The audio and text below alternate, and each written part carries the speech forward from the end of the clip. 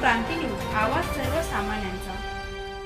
सुप्रसिद्ध श्री गजानन सागरबाई रामचंद्र केने महाराज आरणी यांच्यातर्फे श्री राजेश आडे कामगार उपायुक्त मुंबई यांचे सेवानिवृत्तीचे कार्यक्रम मोठ्या थाटामाटात गजानन केणे महाराज यांच्या राहत्या घरी आरणी येथील देऊरवाडी बुटले पुनर्वसन येथे पार पडले। राजेश आडे यांच्या सेवानिवृत्ती या कार्यक्रमाच्या अध्यक्षस्थानी श्री महंत योगेशपुरी महाराज, जुना आखाडा जाम जवळा हे होते, तर प्रमुख पाहुणे म्हणून प्रियाताई तोडसाम, अंजली ड्रेसेसचे संचालक श्री राजेश जी श्रीवास, पत्रकार राजेश माहेश्वरी यांच्यासह विविध क्षेत्रातील मान्यवर होते। सुप्रसिद्ध गजानन केणे महाराज यांनी कार्यक्रमास येणाऱ्या पाहुणे मंडळींकरिता भोजनाची व्यवस्था सुद्धा केली होती। राजेश आडे यांचे आरणीत जंगी सत्कार घेण्यात आले। मुंबई येथील कामगार उपायुक्त पदावरून नुकतेच सेवानिवृत्त झालेले राजेश भाऊसिंग आडे साहेब यांचा आरणी येथे स्नेहपूर्ण स्वागत व सत्कार सोहळा मोठ्या उत्साहात पार पडला। दिनांक 30 एप्रिल 2026 रोजी ते शासकीय सेवेतून निवृत्त झाले असून त्या निमित्ताने विविध क्षेत्रातील मान्यवरांनी त्यांची भेट घेऊन त्यांचे अभिनंदन केले। या प्रसंगी आबिद फानन, पत्रकार पूजा ढाले, पुनीत मजेठिया, बबिता शिवणकर, रंजना आडे यांनी राजेश आडे साहेबांना पुष्पगुच्छ देऊन त्यांचे यथोचित स्वागत केले। मुंबईसारख्या महानगरात कामगार उपायुक्त म्हणून प्रदीर्घ काळ सेवा बजावताना त्यांनी अनेक कामगारांना न्याय मिळवून दिले।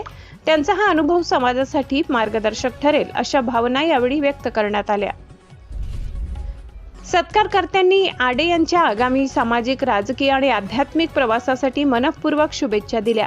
तुमचे पुढील आयुष्य सुखाचे, आनंदाचे, समृद्धीचे आणि भरभराटीचे जाव अशा शब्दात मान्यवरांनी आपल्या भावना व्यक्त केल्या।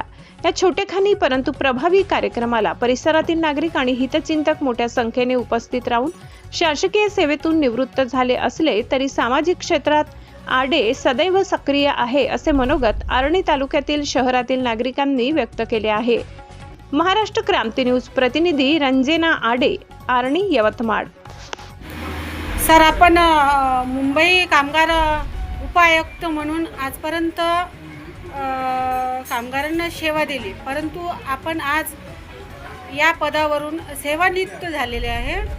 तर आपण यापुढे गरजूंना किंवा मग समाजातील दुर्बल घटकांना काय सेवा देसाल थोडक्यात सांगू शकता?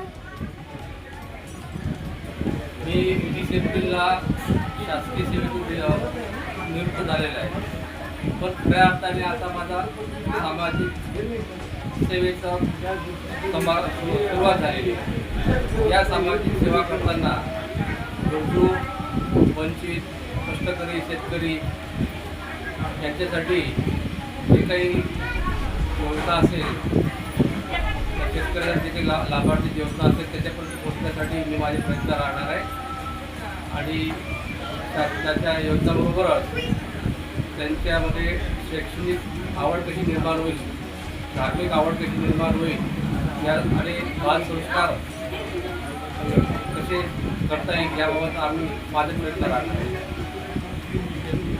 धन्यवाद सर।